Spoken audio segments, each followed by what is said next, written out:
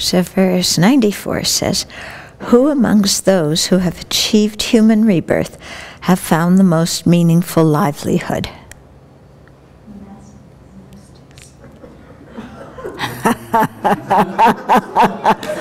I think this crowd is biased.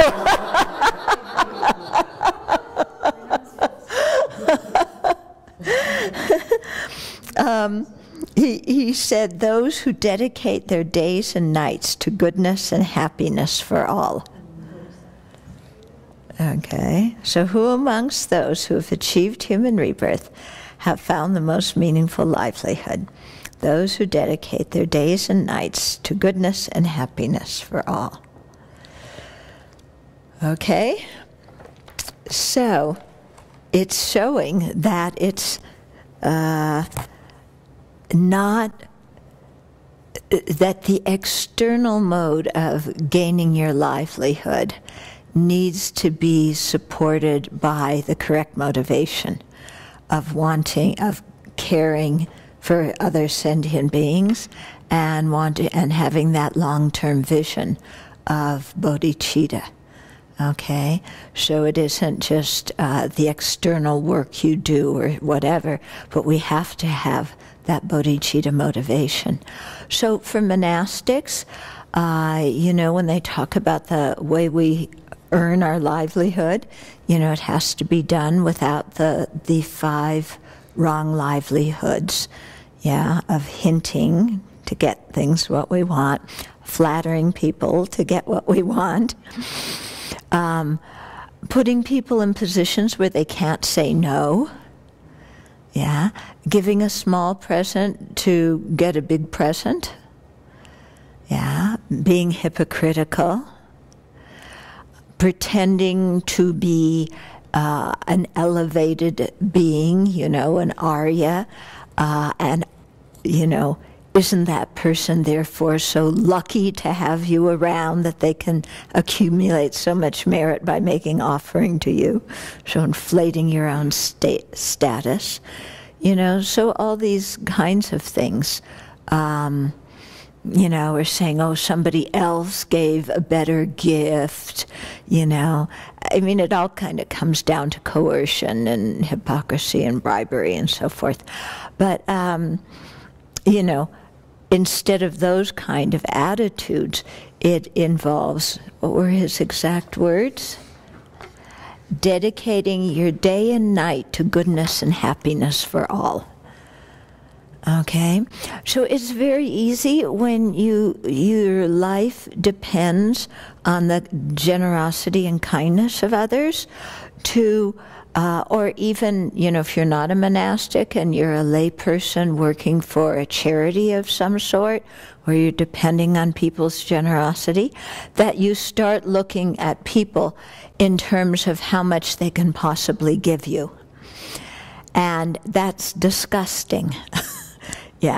It's disgusting if it happens in a monastic's minds, and I think it's equally disgusting if it happens in the minds of lay people in a charity, because human beings are not just, our relationship to human beings should not be based on how they can benefit us, either materially or through who they can introduce us to, important people, blah, blah, blah.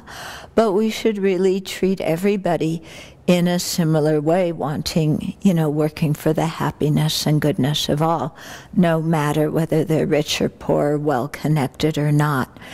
And that's really something, that I think really is quite corrupting in the world, when we start to see other people in terms of how they can, what they can do for us, because then they just become objects for, they become objects, plain and simple. We don't care about them.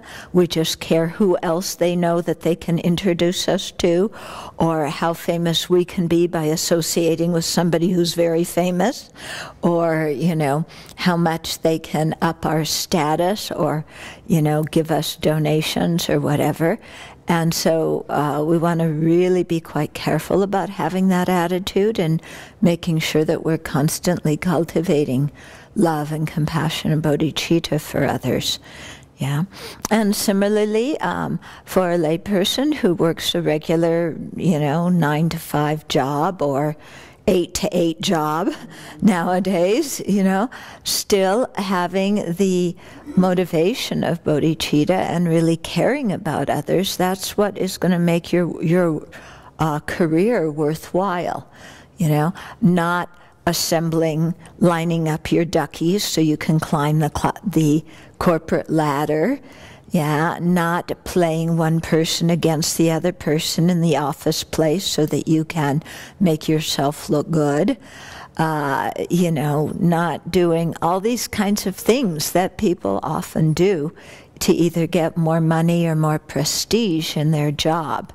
It might mean talking bad about somebody else behind their back, criticizing somebody to the boss or to the manager, pretending that you did all the work on the project, but basically you just showed up the last day, to claim some glory. So all these kinds of things that happen in one's career that, again, if we're just looking out for ourselves, it becomes very, very corrupting. Whereas if we generate bodhicitta and have a good motivation, then we can benefit our colleagues, we can benefit the customers or the clients, we can benefit the family, we can benefit ourselves through the power of our positive motivation. So that's really, really important, whether you're a lay person working at a job or a monastic, depending on donations. What it boils down to is we have to be sincere human beings. That's the bottom line. Because if we're not sincere, who are we fooling? Because the law, the workings of karma is infallible. So if we have a really corrupt motivation, that's going to come out in terms of the result we experience from our actions, even if our actions look very nice to other people in the moment. Yeah. So it's something to pay a lot of attention to. And if we have a good motivation in whatever work we do, then our work becomes really wonderful and very beneficial for all sentient beings. And it helps us in our future lives and on our spiritual path as well.